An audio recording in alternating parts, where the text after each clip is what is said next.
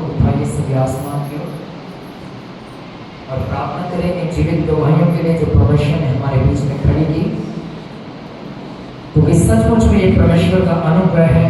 जो बड़े बड़े काम उसने किए हैं आप लोगों के जीवनों में, आपकी जिंदगियों में, ये उस खुदा की सामर्थ के बिना संभव नहीं हो पाते थे, पर आज अगर संभव हुए हैं तो ये खुदावंत का अनुग्रह है, ये पिता परमेश्वर की दया है जो आप लोगों के ऊपर हुई है। अपने हाथ को उठाइए और कहें परमेश्वर धन्यवाद देते हैं इन बड़ी गवाहियों के लिए, इन जीवित गवाहियों के लिए भी आपका शुक्र करता हूँ, धन्यवाद करती हूँ। प्रार्थना करते हैं यीशु के नाम से खुदावंद यहोवा आपने अपने अनदेखे हाथ को मेरे पिता अपने लोगों के बीच में बड़े काम करके उसे जाहिर किया है, धन्यवाद देते हैं। प्रार्थना करते हैं इन्हें और ज्यादा आशीषित करें। जो लोग इस जगह पर गवाही देकर गए हैं मेरे पिता, मैं प्रार्थना करता हूँ इस वक्त इनकी गवाहियां और बढ़ने पाए यीशु के नाम से। प्रार्थना करते हैं कि सिर को ऊंचा कर, क्योंकि तूने खुदावंद यीशु कहा कि मैंने तुम्हें पूंछ होने के लिए नहीं बल्कि सिर होने के लिए ठहराया है। यीशु के नाम से खुदावंद यहोवा के मस्तक को ऊंचा कर, के सिर को ऊंचा कर अपने राज्य के लिए तैयार कर खुदावंद। प्रार्थना करते हैं आज का वचन आपके हाथों में देते हैं, आज के कलाम के द्वारा अपने लोगों से बातें कर, तू जो चाहता है वह बात कर खुदावंद। जुबान मेरी हो पर शब्द तेरा हो खुदावंद यहोवा। खुदावंद यीशु हम प्रार्थना करते हैं हमारे मुख को इस्तेमाल कर, जैसे तूने मूसा की लाठी को खुदा इस्तेमाल किया समुद्र को चीरने के लिए, जैसे खुदावंद यहोवा तूने एलिया की खुदावंद यहोवा उस चद्दर को इस्तेमाल किया खुदावंद पानी को दो भाग करने के लिए, वैसे ही खुदावंद हमारी जुबान का इस्तेमाल कर अपने लोगों के हृदयों को छेड़ने के लिए खुदावंद हम प्रार्थना करते हैं तेरा आत्मा तेरे लोगों में कार्य करे, तेरा अभिषेक बढ़े, तेरा नाम ऊंचा हो। यीशु नाम में दुआ मांगते पा लेते हैं, आमीन, हालेलुया, हालेलुया। कितने लोग हैं जो आनंदित हैं? क्या आप सब आनंदित हैं? हालेलुया।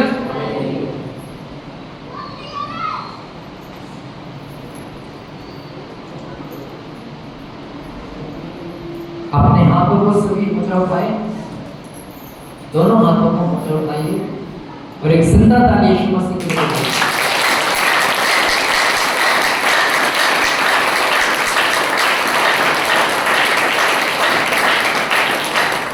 Hallelujah, hallelujah. सबसे पहले कुछ जरूरी बातें जो बड़ी आवश्यक हैं एक क्रिश्चियन व्यक्ति के लिए, वो है डिसिप्लिन। क्या है? अर्थात अनुशासन। क्या कहते हैं? अनुशासन। कितने लोग हैं जो 10 बजे के बाद आए थे? ईमानदारी से आप बताइएगा, मुझे पता है कौन लोग 10 बजे के बाद। और हाथ ऊंचा उठाइए कोई 10 बजे के बाद, अपने अपने लिए ताली बजाइए, बजाइए। अगर आप मसीहत में हैं और अगर आपके काम समय पर नहीं, तो बाइबल ऐसा कहती है कि वह व्यक्ति कभी भी आशीषित नहीं हो सकता। हालेलुया। क्या नहीं हो सकता है? वो आशीषित का मतलब है ब्लेसिंग्स नहीं पा सकता है, कभी फलवंत नहीं हो सकता है। वो अपने जीवन में सक्सेस पाने के लिए तड़पता है हमेशा कि हमारे लिए प्रार्थना करो, हमारे लिए दुआ करो, परमेश्वर से हमारे ये काम नहीं बन पा रहे, वो काम नहीं बन पा रहे। ये इसीलिए है क्योंकि हम अनुशासन में नहीं हैं। जब हम अनुशासन में आ जाएंगे परमेश्वर हमारी जिंदगी में काम करना शुरू कर देगा। Hallelujah, hallelujah. सभी मेरी तरफ देखें, कोई नीचे नहीं देखेगा। हर बार एक बात बोली जाती है कि जो समय से आता है, जो टाइम पे चर्च में आता है, महान आशीषें उसके लिए हैं। आपने सुना ये बात पहले भी बोली गई है। हालेलुया। कौन कौन थे जरा हाथ उठाइएगा जो लेट आए थे 10 बजे के बाद? आधे से ज्यादा लोग हैं जो 10 बजे के बाद हैं। समय कितने बजे का चर्च का? कितने बजे का? तो अगली बार कितने बजे आना है? 10 मिनट पहले आना। पूरे 10 बजे नहीं आना। हालेलुया। फैक्ट्री कितने बजे खुल जाती है आप लोगों की? पहुंचते कितने बजे हो? हैं? जो ठेके वाले वो तो 11 बजे भी चले जाए, कोई दिक्कत नहीं। पर जो गाँव के अंदर आते हैं 5 मिनट पहले पहुंच होते हैं वहां पे, उनको पता कैसे करना है कि डांट पड़ेगी। ऐसा ही है ना? हाँ जी, ऐसा ही है, झूठ तो नहीं बोल रहा। क्यों? क्योंकि आपको पता है कि आपका जो भाव है वो आपको डांटेगा। मान लीजिए आपकी सैलरी में 10,000 लगाई है स्टार्टिंग में, अगर आप चाहते हैं ना कि आपकी सैलरी 1-2 महीने के बाद बढ़ा दे, तब आपको अच्छा काम करना पड़ेगा उसके सामने, समय पर जाना पड़ेगा। वो कहेगा हाँ ये बंदा डिसिप्लिन में, इसकी सैलरी बढ़ाते हैं, 500 बढ़ाते हैं, 1000 बढ़ाते हैं, जितना भी वो चाहेगा। अगर 9 बजे का टाइम में 10 बजे पहुंचोगे तो क्या आपको सैलरी अच्छे से देगा? वो भी आपको तंग करेगा। 25 को जो 2000 रुपये एडवांस मिलता है आपको 1000 रुपये देगा, 1500 देगा, 26 तारीख को देगा या 27 को देगा। जिसको 10 को मिलता है उसे 12 को देगा, 13 को देगा। आप भी दिक्कत में होंगे और फिर गालियां किसको दोगे? किसको दोगे गालियां? बाबू खुद आपका बॉस है। सो कहने का मतलब है, अगर आप अपने काम के प्रति वफादार हैं, टाइम पे 9 बजे ठीक भाग जाते हो अगर आप, तो चर्च आने के लिए आपको क्या दिक्कत है? एक दिन तो संडे को तो मिलता है, वो सोने भी नहीं देते अच्छे से। पर आपको बाइबल पता क्या कहती है? आप मसीह की कलीसिया हैं। आप क्या है? मसीह की कलीसिया। आपको पता बहुत सारी चर्चें ऐसी हैं जो 6 बजे से शुरू होकर 9 बजे खत्म हो जाती हैं।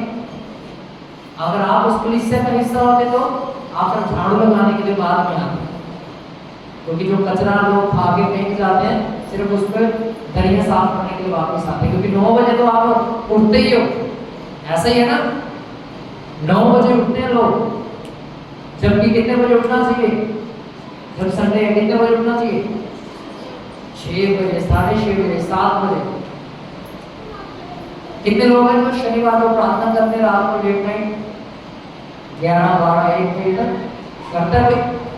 कितने बजे सो जाते हैं? सभी 10-11 बजे सो जाते हैं। हाँ जी, इधर भाइयों में सभी बताइए, आप में से कितने लोग हैं जो 11 बजे सो जाते हैं? हाथ उठाइए, शर्माइए नहीं। एक जो 11 बजे रात को सोते, कितने बजे उठते सुबह? ईमानदारी से कोई कह रहा 6, कोई कह रहा 7 बजे। जो 9 बजे सो जाता है कोई आप में से? नहीं होंगे, लगभग सभी 10, 11, 11:30, 12 बजे सोते हैं। जो 12 बजे सोते हैं कोई है? सभी जो 12 बजे सोता है। कितने बजे उठते हो आप? 9 बजे उठते हो, पता मुझे। कहने का मतलब एक दिन होता है संडे का, यही समय है। 6 दिन आपको दिए जाते हैं काम करने के। बाइबल ऐसा कहती है, बिब्लिकली लॉ है, कानून है बाइबल का कि 6 दिन काम कर, 7वां दिन 12 बजे चर्च में। ऐसा ही है, 12 बजे चर्च में आना। बहुत ज्यादा खुश हो गए कि 12 बजे 6 दिन काम कर, 7वां दिन परमेश्वर की हुजूरी में आ। ऐसा लिखा है बाइबल। लिखा है कि नहीं लिखा? और हम क्या करते हैं? संडे वाले दिन भी जो एक दिन परमेश्वर ने बोला देने के लिए, वो भी काम पे करते हैं।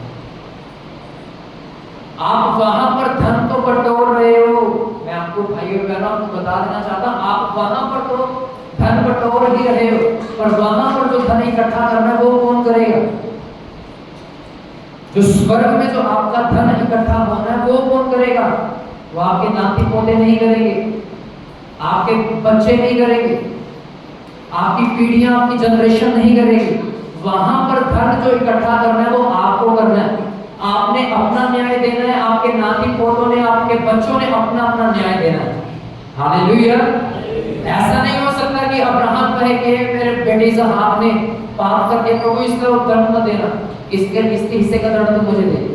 वो क्या कहेगा? इसका दंड इसको मिलेगा और तेरा दंड मुझे मिलेगा। Hallelujah, hallelujah. समझ पा रहे हैं हम सभी? तो याद रखें, हमेशा समय से पहले चर्च में आइए, क्योंकि वो अभिषेक इस जगह पर आपका इंतजार कर रहा होता है, इस जगह पर आपको देख रहा होता है। जो लोग लेट आते हैं चर्च में वो कभी भी आशीषित नहीं हो सकते हैं। हालेलुया। एक भाई मुझे मेरे पास नीचे आया, मैं बाइबल पढ़ रहा था, तो उन्होंने आके मुझे बोला, भैया यार अभी चर्च में कोई नहीं आया। मैंने बोला ऐसा नहीं हो सकता कि कोई ना आया। और जब मैं ऊपर आया तो वहां तक सीढ़ियों तक आया और वाकई में कोई नहीं आया मुझसे। एक भाई थे, भाई चीनू थे, और 2-3 भाई थे, 1-2 लड़कियां थी, वो सिर्फ वही आए थे। टाइम कितना हो रहा था? 10:30 बजे। हालेलुया। सो याद रखिए, अगर आप समय पर नहीं आते हैं, आप अपनी आशीषों से वंचित रह जाएंगे, आप अपनी बरकत से वंचित रह जाएंगे। पूरा हफ्ता भर आप स्ट्रगल करेंगे, अपने जीवन में भी स्ट्रगल आप देखेंगे। आप कहोगे कि हमारे प्रार्थना करो, हमारे ये काम हम नहीं रहे, पर जब आप अनुशासन में आ जाओगे तो खुद को खुद काम होने शुरू हो जाएंगे। हालेलुया। सोने वाले बोलेंगे हालेलुया,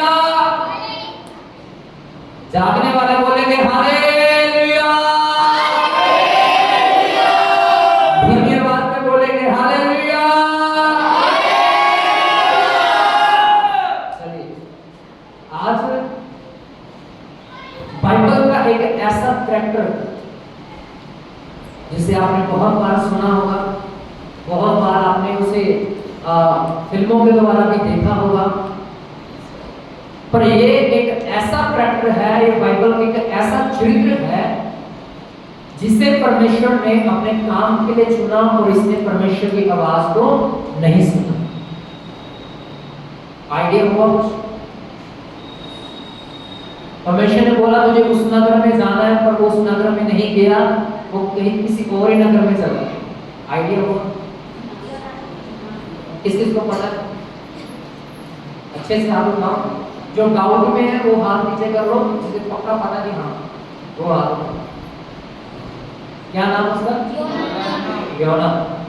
हालेलुया। योना बाइबल का एक ऐसा चरित्र है जिसे परमेश्वर ने अपनी महिमा के लिए चुना था, अपने काम के लिए चुना था। किसके लिए चुना था? किसके लिए? अपने काम के लिए चुना। और उसने परमेश्वर की आवाज को नहीं सुना। आइए आज हम इसी के ऊपर मनन करेंगे, इसके कैरेक्टर के ऊपर, इसके चरित्र के ऊपर। उसकी कुछ खूबियां भी थी, उसकी कुछ खामियां भी थी, उसमें कुछ गुण थे, उसमें कुछ गलत बातें भी पाई जा रही थी। आज हम उन्हीं चीजों के ऊपर नजर करेंगे। निकालेंगे योना नबी की किताब, पेज नंबर है 1075, 1075 पेज नंबर है 1075, नॉर्मल बाइबल जो है।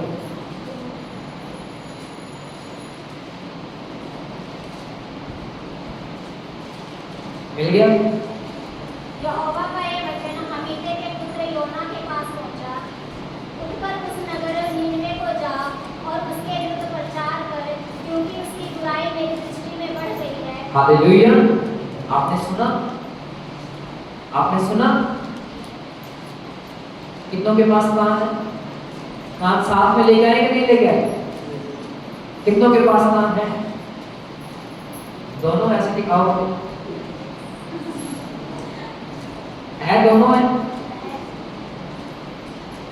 तो जिसके सुनने की कान हो वह सुन ले कि आत्मा कलीसियाओं से क्या कहता है। अगर आपके कान आपके साथ हैं तो दोबारा 2 वचन को पढ़िए। योना नबी के पास परमेश्वर का शब्द आया, परमेश्वर ने उसे हुक्म दिया, उठकर उस बड़े नगर में जा और उसके विरुद्ध यह प्रचार कर, क्योंकि उसकी बुराई मेरी दृष्टि में अधिक बढ़ गई है। परंतु योना परमेश्वर के सामने से भाग गया। नीनवे की जगह कहां चला गया? तर्शीश को। सभी मेरी तरफ देखिए, नहीं मिला तो सिर्फ नोट कीजिएगा, मैं वचन आपको देता रहूंगा। कितना अध्याय है, कितना वचन है, सिर्फ आप नोट कीजिएगा। एक जन पढ़ता रहेगा साथ में, नहीं तो मैं पढ़ता रहूंगा। सिर्फ अपना ध्यान मेरी ओर दीजिएगा और ध्यान से सुनिएगा आज इस वचन को।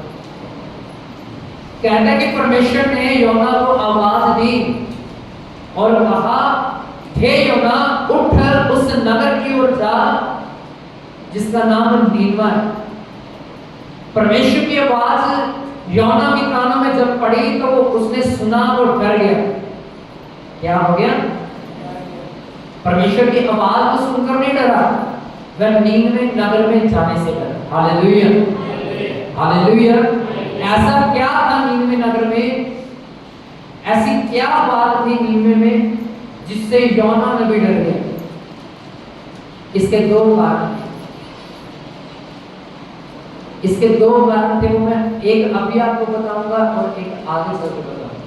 सबसे पहला कारण ये था, जो नीनवा नगर था उसमें शूरवीर पाए जाते थे। क्या पाए जाते थे? शूरवीर पाए जाते थे, यानी कि उनकी फाइटें लंबी होती थी, शरीर में वो चौड़े होते थे, हड्डे कट्टे होते थे, और सबसे बड़ी बात ये थी कि वो इस्राएलियों के दुश्मन थे। क्या थे वो? सभी जवाब देते रहिएगा, अगर जुबान आपके मुंह में है तो मुझे जवाब भी देते रहे। क्या थे वो इस्राएलियों के? सभी बोले क्या थे? नहीं, सभी नहीं बोल रहे। क्या थे? अभी भी नहीं बोले सभी। क्या थे वो? किसके? इस्राएलियों। हालेलुया। और बाइबल कहती है, योना ने जैसे शब्द सुना परमेश्वर का, यहोवा ने कहा कि हे योना नबी, उठ उस नगर में जा जो नीनवा कहलाता है, क्योंकि वहां के लोगों का पाप मेरी नजर में अधिक बढ़ गया है। उस नगर के विरुद्ध भविष्यवाणियां कर, उस नगर के विरुद्ध अपना पैर बढ़ा, क्योंकि मैं उस नगर को नाश करने पर हूं। सबसे बड़ी बात, सदोम और अमोरा के बारे में कौन कौन जानता है? क्या वहां पर कोई नबी भेजा गया? वहां पर कोई नबी भेजा था सदोम और अमोरा के शहर को बचाने के लिए? भेजा गया कि नहीं भेजा गया? कोई नहीं भेजा गया।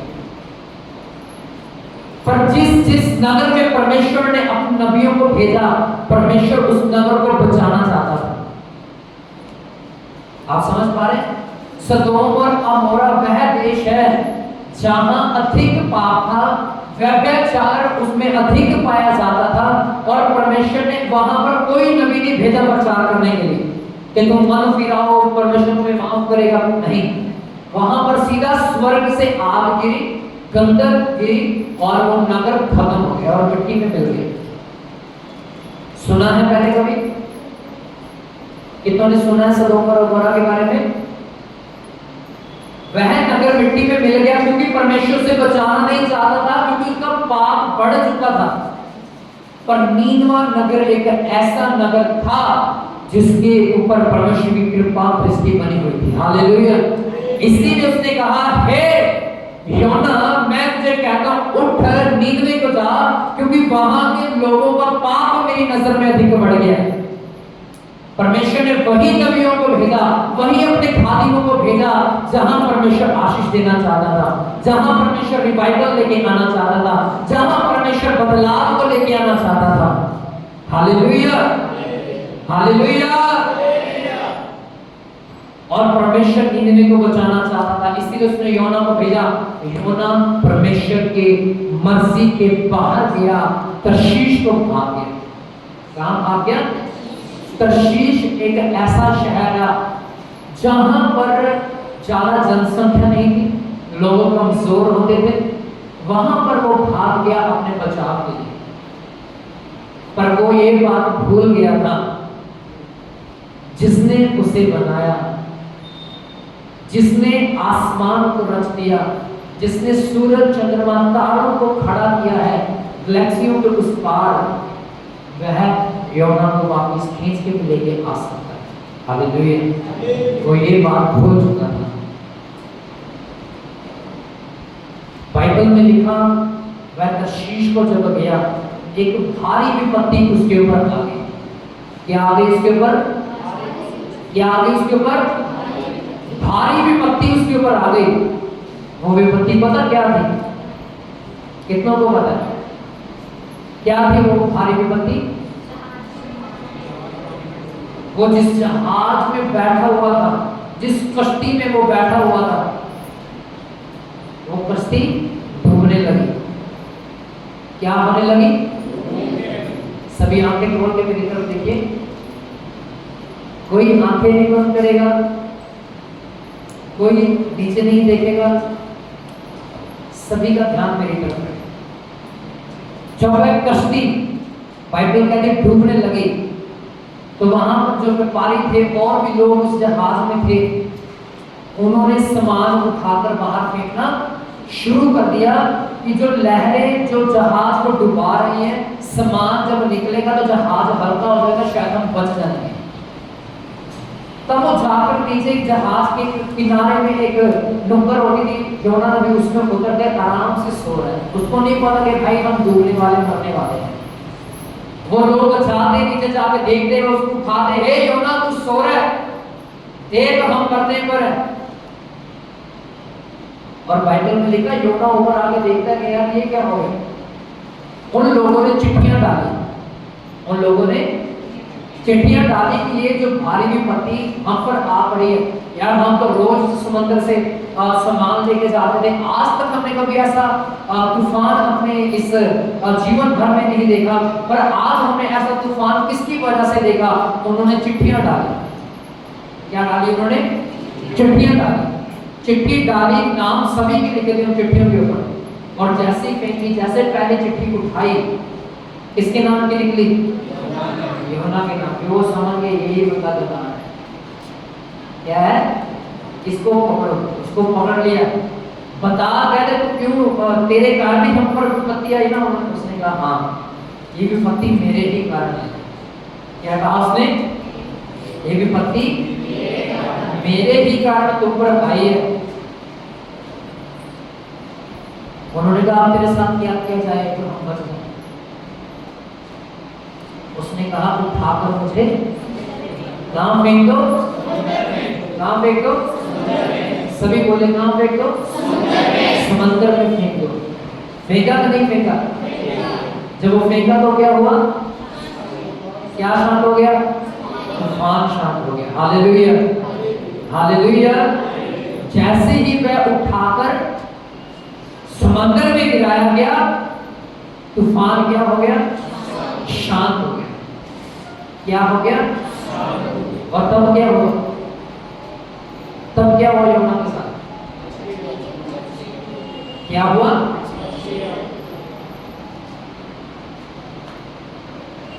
वहां पर लिखा कि परमेश्वर ने पहले से एक महामच्छ को तैयार करके रखा था कि जैसे ही यूहन्ना पानी में आए वैसे निकल ले।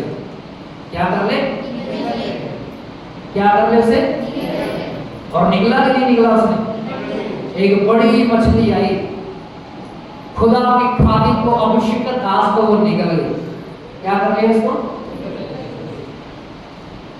कितने दिन हुआ उस मछली के पेट में? 3 दिन 3 रातें। हालेलुया। मछली के पेट में बैठा, घुटने टेक के बैठा हुआ, पता नहीं कैसे बैठा हुआ, सुपड़ के बैठा हुआ, जगह तो इमेजिन करके देखिए कि एक बड़ी सारी मछली आई, 5.5-6 फुट के बंदे को निकल गई। मेरे से लंबा होगा या मेरे से नाटा होगा पता नहीं, पर कहने का मतलब वो मछली उसे निकल गई। वो कैसे उस मछली के पेट में बैठ के दुआ करता है, प्रार्थना करता है। क्या कहा उसने पता है? 17 वचन में लिखा, यहोवा ने एक बड़ा सा मच्छ ठहराया था कि योना को निकल गई। योना उस महामच्छ के पेट में 3 दिन 3 रात पड़ा। कितने दिन? 3 दिन और 3 रात पड़ा। आगे 2 वचन में लिखा है, आप जब मछली के पेट में चला गया, आकर ठिकाने आ गई। क्या आ गई? क्या ठिकाने आ गई? आकर ठिकाने आ गई। आप वो क्या दुआ कर रहा है, क्या प्रार्थना कर रहा है? सुनिएगा। तब योना ने महामच्छ के पेट में अपने परमेश्वर यहोवा से प्रार्थना करके कहा। बहुत सारे लोगों का कहना है कि जो योना नबी है, वह जब समुद्र के तट पर उगल दिया गया महामच्छ के द्वारा, तब उसने प्रार्थना की। तब उसने धन्यवाद की प्रार्थना की नहीं। पर ये वचन गवाह है इस बात का कि उसने महामच्छ के पेट में परमेश्वर से प्रार्थना करके कहा, मैंने संकट में पड़े हुए हवा की दुहाई दी, उसने मेरी सुन ली। अधोलोक के उदर में से मैं चिल्ला उठा, तूने मेरी सुन ली। तूने मुझे गहरे समुद्र में किथा तक डाल दिया और धाराओं के बीच में मैं पड़ा रहा था। भड़काई हुई सतरंगों और लहरों मेरे ऊपर बह गई। वो यहाँ पे प्रार्थना कर रहा है। जो उसके साथ उस महामच्छ के पेट में हुआ, उसने अंगीकार करना शुरू किया प्रार्थना में, और उसने कहा कि बहुत सारी गहरी और बहुत सारी तरंगें समंदर की मेरे ऊपर से होकर गुजरी, क्योंकि मैं महामच्छ के पेट में था, मेरा प्राण सूखा जा रहा था, मैं मरने पर था। तब वो कहता, मैंने दुहाई दिया परमेश्वर के सामने, और उसने मुझे मछली के मुंह से क्या कर दिया? क्या कर दिया? निकाल दिया। 2:10 में लिखा, तब यहोवा ने मच्छ को आज्ञा दी। किसको आज्ञा दिया? किसको? वही मछली जिसके पेट में योना अभी था, उसको आज्ञा क्या दिया? उसने योना को स्थल पर उगल दिया। यहोवा ने आज्ञा दी कि आप योना नबी को स्थल पर यानी कि समुद्र के तट पर उगल दे। और वो जैसे ही बाहर आया, और बाइबल में लिखा वो नीनवे की तरफ गया। किस तरफ गया? किस तरफ गया? नीनवे की नगर की तरफ गया, जहां परमेश्वर ने उसे भेजने के लिए पहले बोला था, जाने के लिए उसको आज्ञा दिया था। पहले वो कहां भागा? कहां भागा? वो तर्शीश को भाग गया। पर जब वो महामच्छ के पेट में गया, तब वो कहां गया? वो नीनवे की तरफ गया। क्यों? क्योंकि अब उससे पता था कि अगर मैं नहीं जाऊंगा तो फिर परमेश्वर मेरे ऊपर अपनी लाठी चलाएगा और फिर मुझे किसी विपत्ति में डाल देगा, मजबूरन फिर मुझे जाना पड़ेगा। Hallelujah, hallelujah. आपको पता 3 के 4 में देखिए ध्यान से, उसके प्रचार करने का ढंग देखिए। कहता, योना ने नगर में प्रवेश करके 1 दिन की यात्रा पूरी की। यह प्रचार करता गया, अब से 40 दिन के बीतने पर नीनवे उलट दिया जाएगा। क्या बोला उसने? क्या बोला उसने? आज से 40 दिन के बाद नीनवे नगर उलट दिया जाएगा। क्या कर दिया जाएगा? दोबारा से पढ़ना चाहूँ।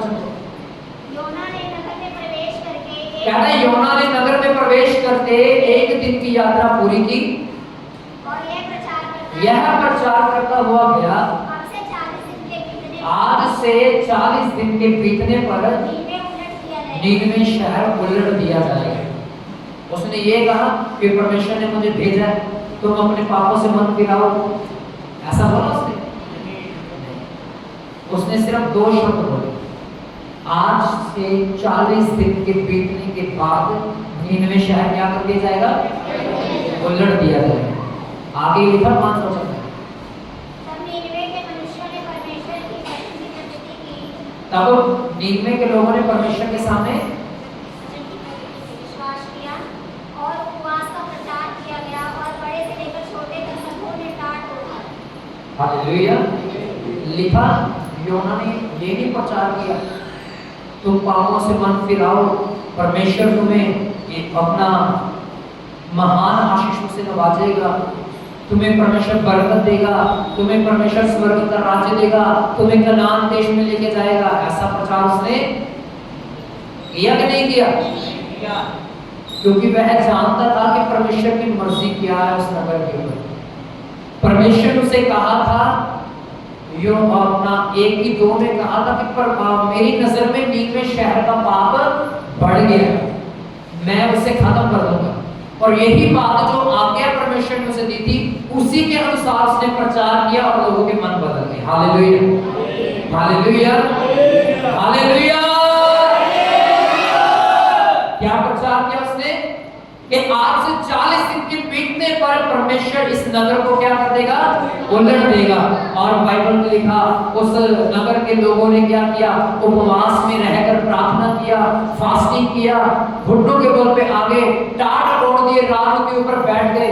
वहां पर लिखा ना तो उस नगर के बच्चों ने कुछ खाया, ना ही पशु, ना ही पक्षियों ने, ना ही इंसान ने कुछ खाया। पूरा नगर उपवास में गया। परमेश्वर ने अपनी योजना को बदल दिया। Hallelujah, hallelujah, hallelujah. परमेश्वर ने इस नगर को नाश नहीं किया। किया कि नहीं किया? क्यों क्यों नहीं किया? क्योंकि उन्होंने अपना मन फिराया, जो पाप उन्होंने किए थे उनसे पश्चाताप करके वापस मुड़े परमेश्वर की तरफ, और उसके बाद परमेश्वर ने अपनी योजना को क्या कर दिया, बदल दिया। हालेलुया। और अब योना नबी परमेश्वर से गुस्सा हो जाता है। इससे गुस्सा हो जाता है। अभी भारी विपत्ति से यही निकला है, परमेश्वर ने इसे निकाला, और किसके ऊपर गुस्सा हो रहा है? किसके ऊपर? क्यों?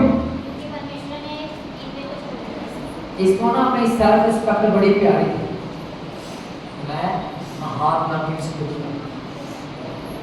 क्या, मैं महान नबी हूं इस युग का, आज तक जो भी बोला वो हुआ, पर अब ये जो शब्द मैंने बोला परमेश्वर ने उसे पूरा किया, उसे पूरा ही नहीं किया। और इस बात से इसको बहुत गुस्सा आया कि लोग कहेंगे तो झूठा नबी है, ये झूठा प्रचारक है। और उसे अपनी सेल्फ रिस्पेक्ट बड़ी प्यारी थी। परमेश्वर से गुस्सा हो गया, मुंह बना के बैठ गया। परमेश्वर से जाके नगर के ऊंचे पहाड़ पर बैठ गया और देखता रहा कि आज नाश होगा, आज नाश होगा, आज नाश होगा, नीनवा आज खत्म होगा, आज खत्म होगा। पर परमेश्वर से नाश क्यों? क्योंकि उस नगर ने क्या किया था, मन फिरा गया पाप से। परमेश्वर ने अपनी योजना को बदल दिया और योना नबी गुस्सा हो गया। क्या हो गया? 4:1 में लिखा, यह बात योना को बहुत बुरी लगी, उसका क्रोध भड़क गया। उसने यहोवा से यह कहकर प्रार्थना की, हे यहोवा, जब मैं अपने देश में था तब क्या मैं यही बात ना कहता था?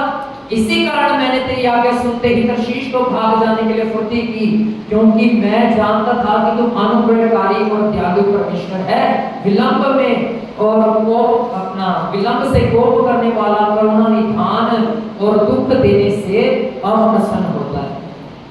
क्या कहा उसने? कहता मैं तो इसीलिए भाग गया था तर्शीश की तरफ, क्योंकि मैं जानता था कि उस नगर को क्या कर देगा, माफ कर देगा। ये दूसरा कारण था कि वो तर्शीश को भागा। पहला कारण था कि वह डर गया था। किस कारण? क्योंकि उस नगर में शूरवीर थे। दूसरी बात, उसको ये बात पता थी कि परमेश्वर अनुग्रहकारी है, करुणा निधान है, तो इसीलिए उसने क्या किया, तर्शीश की तरफ भाग गया, परमेश्वर की आज्ञा को पूरा करना ना चाहा। आगे लिखा 3 वचन, इसीलिए अब हे यहोवा मेरा प्राण ले ले, क्योंकि मेरे लिए जीवित रहने से मरना भला है। ये क्यों कह रहा है? क्योंकि इसको बड़ा दुख हुआ कि परमेश्वर ने मेरे शब्दों को पूरा नहीं किया। एक्चुअल में वो शब्द इसके नहीं थे, वो परमेश्वर ही के थे। और ये इसे लगा शायद अगर मैंने बोला तो वो पूरा होगा, जबकि इसने बहुत सारी भविष्यवाणियां किया। इतिहास की किताबों भरी पड़ी है इसके बारे में लिखा, इसने जो भविष्यवाणी किया वो पूरी होती गई। पर जब ये भविष्यवाणी नीनवे नगर में की गई वो पूरी नहीं की गई, क्योंकि परमेश्वर ने अपने अनुग्रह की दृष्टि नीनवे के नगर के ऊपर बना के रखी थी। Hallelujah, hallelujah. आगे लिखा 7 वचन, परमेश्वर योना से एक सवाल पूछता है। 7 में लिखा, सवेरे जब पौ फटने लगी तब परमेश्वर ने एक कीड़े को भेजा जिसने रेत का पेड़ ऐसा काटा कि वह सूख गया। 5 वचन को मैं पढ़ूंगा ताकि आप समझ आओ। लिखा, जब इस पर योना उस नगर से निकलकर उसके पूर्व की ओर बैठ गया, वहां एक छप्पर बनाकर उसकी छाया में बैठा हुआ यह देखने लगा कि नगर का क्या होगा। तब यहोवा परमेश्वर ने एक रीढ़ का पेड़ उगाकर ऐसा बढ़ाया कि योना के सिर पर छाया हो, जिससे उसका दुख दूर हो। योना उस रीढ़ के पेड़ के कारण बहुत आनंदित हुआ। क्या हुआ है? क्यों? क्योंकि उसको जब वो पहले पूरब की ओर बैठा हुआ था, नगर को देखा था कि अब कब नाश होगा, उसके सिर को धूप लग रही थी बहुत ज्यादा। क्या लग रही थी? सभी बोले क्या लग रही थी? धूप लग रही थी। और परमेश्वर ने योना के ऊपर तरस खाया, एक पेड़ उगाया, रीढ़ का पेड़, रातों रात बढ़ गया वो। हालेलुया। और उसके सिर के ऊपर क्या आ गई? छाया आ गई। और उस चीज को देख के बड़ा खुश हुआ, छाया करके मेरे सिर पे, आनंद आ गया। हाँ, ऐसे किया होगा ना उसने। वहां पर इसलिए लिखा गया उस पेड़ को देख के बड़ा आनंदित हुआ, बड़ा खुश हुआ कि अब मेरे सिर पे धूप नहीं लग रही। पर जैसे ही वो सुबह उठा, परमेश्वर ने एक कीड़ा भेजा, उसने उसकी जड़ को ऐसा काटा कि वो पेड़ मिनटों में सूख गया। क्या हो गया? और फिर से योना का क्रोध परमेश्वर के ऊपर भड़क उठा, क्योंकि सुबह हो गई, अब धूप उसको फिर से लग रही है। और इस कारण क्या हो गया? उसका गुस्सा, सभी बोले क्या हुआ? फिर से भड़क उठा। उसने परमेश्वर को कहा, हे प्रभु, आप तो मुझे मार दे। क्या कर दे? 7 वचन में लिखा है, सवेरे जब पौ फटने लगी तब परमेश्वर ने एक कीड़े को भेजा, जिसने रीढ़ के पेड़ को ऐसा काटा कि वह सूख गया। जब सूर्य हुआ तब परमेश्वर ने पूर्वी हवाएं बहाकर लू चलाई, धूप योना के सिर पर ऐसी लगी कि वह मूर्छित होने लगा। उसने यह कहकर मृत्यु मांगी, मेरे लिए जीवित रहने से मरना ही अच्छा है। उसने 2 बार मृत्यु मांगी परमेश्वर से। उसने कहा मुझे मार दे। पहले क्या कहा कि अगर ये भविष्यवाणी पूरी नहीं करेगा तो इससे अच्छा है कि मैं मर जाऊं।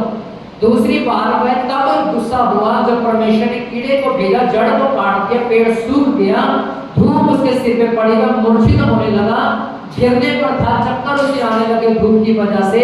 उसने कहा मेरे लिए तो मरना ही अच्छा है। परमेश्वर ने उसे क्या जवाब दिया? बड़ा ही सुंदर जवाब परमेश्वर ने से दिया 9 वचन में। परमेश्वर ने योना से कहा, तेरा क्रोध जो रीढ़ के पेड़ के कारण भड़का, क्या वह उचित है? उसने कहा हाँ, मेरा जो क्रोध भड़का वह अच्छा ही है, वरन क्रोध के मारे मरना भी अच्छा होगा। 10 वचन में लिखा, तब यहोवा ने कहा, जब रीढ़ के पेड़ के लिए तूने कुछ परिश्रम नहीं किया, नाम उसको तूने बढ़ाया, जो एक ही रात में हुआ और एक ही रात में नष्ट भी हुआ, उस पर तूने तरस खाया। फिर यह बड़ा नगर नीनवे, जिसमें 1,20,000 से अधिक मनुष्य हैं, जो अपने दाहिने बाएं हाथों का भेद नहीं पहचानते, बहुत से घरेलू पशु भी उसमें रहते हैं, क्या मैं उस पर तरस ना खाऊं? और यहाँ ये बात कहकर परमेश्वर इस अध्याय को खत्म करता है और योना की किताब यहाँ पर आकर खत्म होती है। योना बड़ा ही गुस्सा हो गया। गुस्सा होने के बाद उसने कहा कि मेरा मरना ही क्या है?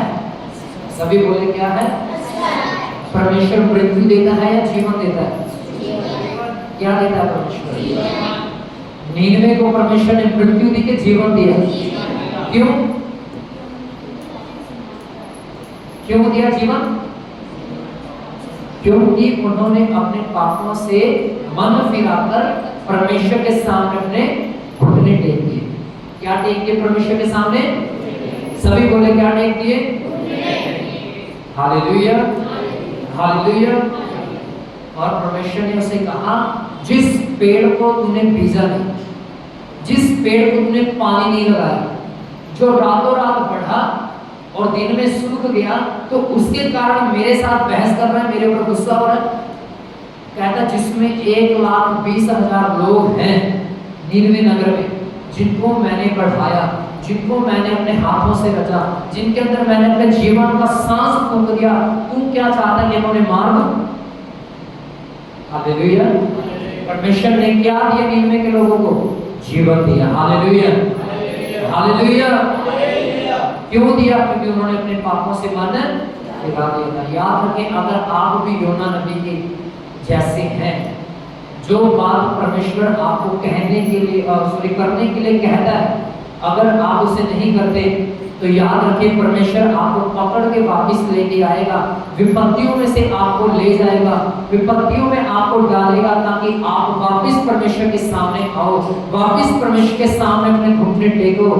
और जब आप उस विपत्ति से निकलेंगे तब आपके घुटने परमेश्वर के सामने टिके होंगे और आपके हाथ परमेश्वर के सामने सरेंडर कर रहे होंगे, समर्पण कर रहे होंगे। फिर आप कहोगे कि आज से मैं परमेश्वर तेरी आवाज को सुनकर चलूंगा। Hallelujah, hallelujah. ये इंसानी स्वभाव है, ये इंसान का नेचर है, इंसान की फितरत है ये, कि वो परमेश्वर की आवाज को नहीं सुनता। पर जब नहीं सुनता तब परमेश्वर अपनी लाठी क्या करता है? चलाता है। फिर उसकी अकड़ ठिकाने पे आती है, फिर परमेश्वर के पीछे चलता है। आपको पता है, अगर आप आगे पढ़ो नीनवे के बारे में, परमेश्वर ने नीनवे का नाश कर दिया। अगर आप अगली 2 किताबों को पढ़ोगे, परमेश्वर ने नीनवे को खत्म कर दिया, क्योंकि वो फिर से पाप में चले गए। हालेलुया। बड़े साल उन्होंने अच्छे से गुजारे परमेश्वर के सामने, पर जैसे ही वो फिर से पाप में चले गए, फिर परमेश्वर ने उन्हें माफ, फिर नीनवे का पतन हुआ, परमेश्वर ने नीनवे को भी मार दिया। हालेलुया। याद रखें, ये कलाम उन लोगों के लिए है जो आज पाप से माफी मांगते हैं, फिर से खड़े होते हैं, फिर से गिरते हैं, फिर से खड़े होते हैं, फिर से गिरते हैं, फिर से खड़े होते हैं। परमेश्वर ऐसे लोगों को पसंद नहीं करता, क्योंकि बाइबल कहती है एक नल में से 2 तरह का पानी आ सकता है, नहीं आ सकता? ऐसा नहीं हो सकता कि एक नल में से कड़वा पानी आए, एक और उसी में से मीठा पानी आए। क्रंथियों की किताब में लिखा, या तो तुम पवित्र आत्मा के कटोरे में से पी लो, या तो तुम दुष्ट आत्मा के कटोरे में से पी लो। हालेलुया। पौलुस ने क्रंथियों की कलीसिया को लिखा, तुम 2 स्वामियों की सेवा नहीं कर सकते, या तुम धन की सेवा कर लो, या तुम परमेश्वर की सेवा कर लो। हालेलुया। या तो तुम परमेश्वर के सामने आ जाओ संडे वाले दिन, या तो अपने काम करने की जगह पर जाओ, या तो तुम डिसिप्लिन में रहना सीख लो, या तो परमेश्वर की लाठी खाने के लिए तैयार हो जाओ। Hallelujah, hallelujah. सभी आनंद है, खुश हैं? हालेलुया। बड़े लोग अंदर से उदास हो गए होंगे संडे टाइम पे बोल रहे होंगे। हाँ जी, ऐसा ही है। कितने लोग रहते शब्द में? 1 2 3 4 तकरीबन 6 से 7 लोग ऊपर रहते हैं। आप ज्यादा दूर से नहीं आते। कितने लोग हमारे साथ समाना गए पटियाला से, जो हमारी जो मदर चर्च है, कितने लोग हैं वहाँ? वहाँ के टाइमिंग क्या होगी चर्च की? कितने बजे की होगी? 9 बजे गर्मियों में होगी, सर्दियों में 10 बजे की होगी। और जो लोग हमारे साथ यहाँ से जाते होंगे उनको पता होगा कि हम 9:30 बजे वहाँ पहुँच जाते हैं। चाहे हम बस से जाएं, चाहे हम गाड़ी करवा के जाएं, कितने बजे पहुँच जाते हैं वहाँ? जब 9 बजे की टाइमिंग होगी तो 9 10 पे 5 पे 15 पे वहाँ पर होते हैं। हालेलुया। हम डिसिप्लिन में हैं तभी हम यहाँ तक हैं, तभी हम इतने आशीषित हैं। अगर आप भी डिसिप्लिन में रहोगे, समय पर चर्च में आओगे, तभी आप आशीष के भागी हो पाओगे। Hallelujah, hallelujah, hallelujah. याद रखें, जो काम परमेश्वर आपको करने के लिए कहते हैं उसे करें, चाहे वो मुश्किल है चाहे आसान है। अगर आप सुबह 8 बजे उठने वाले व्यक्ति हैं तो सुबह 7 बजे उठा करें, ताकि आप परमेश्वर के भवन में टाइम पर पहुंच के उसकी सामर्थ को, उसके नए अनुग्रह को पा सको। Hallelujah, hallelujah. धीमी आवाज में बोलेंगे हालेलुया, और धीमी आवाज में बोलेंगे हालेलुया। महाराज की, यीशु महाराज की।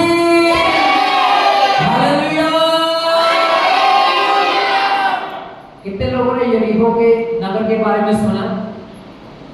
यरीहो एक ऐसा नगर था जिसकी दीवार बड़ी मजबूत थी। क्या थी? क्या थी? सभी बोले क्या थी? वो कैसे गिरी? कैसे गिरी? और कोई बता सकता है कैसे गिरी वो दीवार? परमेश्वर ने उन्हें आज्ञा दिया कि जाओ उस नगर के चारों गिर्द 7 चक्कर लगाने हैं और क्या बोल रहा है? नारे लगाने हैं, हालेलुया हालेलुया। और जब आप लोगों को बोला जाए आप ऐसे हाथ नहीं ऐसे आता है कि नहीं आता? पर वो दीवार में इतनी ताकत थी कि बड़े से बड़ा रथ, बड़ी से बड़े विस्फोट भी उसे गिरा नहीं पाए थे। पर हालेलुया के नारे से वो दीवार गिर गई। हालेलुया। किस नारे से गिरी? किस नारे से गिरी? तो हमें धीमा बोलना चाहिए, ऊंचा बोलना चाहिए। आपके जीवन चाहे आपके जीवन में पाप की दीवार है, चाहे बंधन की दीवार है, कोई भी दीवार क्यों ना हो, वो किस नारे से गिरेगी? किस नारे से गिरेगी? Hallelujah hallelujah. समझ आया आज का वचन? सभी को समझ आया? क्या था? परमेश्वर की आवाज को सुनना, नहीं सुनेंगे तो डंडा चलेगा परमेश्वर का, और समय का चलेगा कि लेट आना है। आप कितने बजे लोग आ जाएंगे चर्च में? कितने बजे? कितने बजे? 10 बजे। 10 बजे वाले हाथ उठाइए जो कहते कि हाँ मैं अगले संडे 10 बजे चर्च में आ जाऊंगा। कौन है? हाथ उठाइए। तो है चेहरे मैंने आपके देख लिए। अब कौन है जो कह रहा है कि मैं 9:30 आ सकता हूँ? ऐसा कोई जिगर वाला है कोई ऐसा? अच्छा, जो 10:30 वाले को हाथ उठाइए। है कोई ऐसा जो 10:30 आएगा? सभी ने कितने बजे आना है? कितने बजे? 10:30 किसने बोला? कितने बजे आना सभी ने? कौन है? सभी ने 10 बजे से पहले चर्च में आना है। हालेलुया। आते हैं, जब भाई प्रार्थना कर रहा था तो आप प्रार्थना का हिस्सा बन सकते हैं। उस समय जब आप प्रार्थना करते हैं तब बेड़ियां टूट जाती हैं। क्या होती है? और लोगों को प्रार्थना करना ज़्यादा पसंद नहीं है, और शैतान इस चीज़ के ऊपर वार करता है, आपका फायदा उठाता है, आपके मन का फायदा उठाता है, और वो आपको प्रार्थना में बैठने नहीं देते। इसीलिए 10 बजे से पहले आइए। जो खास करके जिनकी ड्यूटीज लगी हैं, जो यूनिफॉर्म डाल के आते हैं, चाहे वो नाम लिखने के लिए बैठे रहते हैं, चाहे वॉलंटियर हैं, चाहे कुछ भी है, वो 10 बजे से पहले अगले संडे सभी के सभी चर्च में नजर आने चाहिए। हालेलुया। सो आइए सभी अपनी आंखों को बंद कीजिए, अपने हाथों को उठाइए, अपने घुटनों के बल पर लगाइए। मैं आपके लिए प्रार्थना करूंगा इस समय right now in the name of Jesus. अपने हाथों को आसमान पर उठाइए, मेरे पीछे प्रार्थना करें। यीशु मसीह, आज मैंने जाना है अनुशासन में रहने के लिए, और अनुशासन में जीवन को व्यतीत करने से आशीष और बरकत हमारी जिंदगी में आती है। यीशु मसीह, मुझे अनुग्रह दीजिए ताकि मैं समय पर चर्च में आ सकूं। यीशु मसीह, तेरी आवाज को सुनकर चल सकूं, जैसे योना ने तेरी आवाज को नहीं सुना, वह विपत्ति में गिर गया, महामच्छ के पेट में चला गया। यीशु मसीह, आज मैं अंगीकार करता हूँ, आप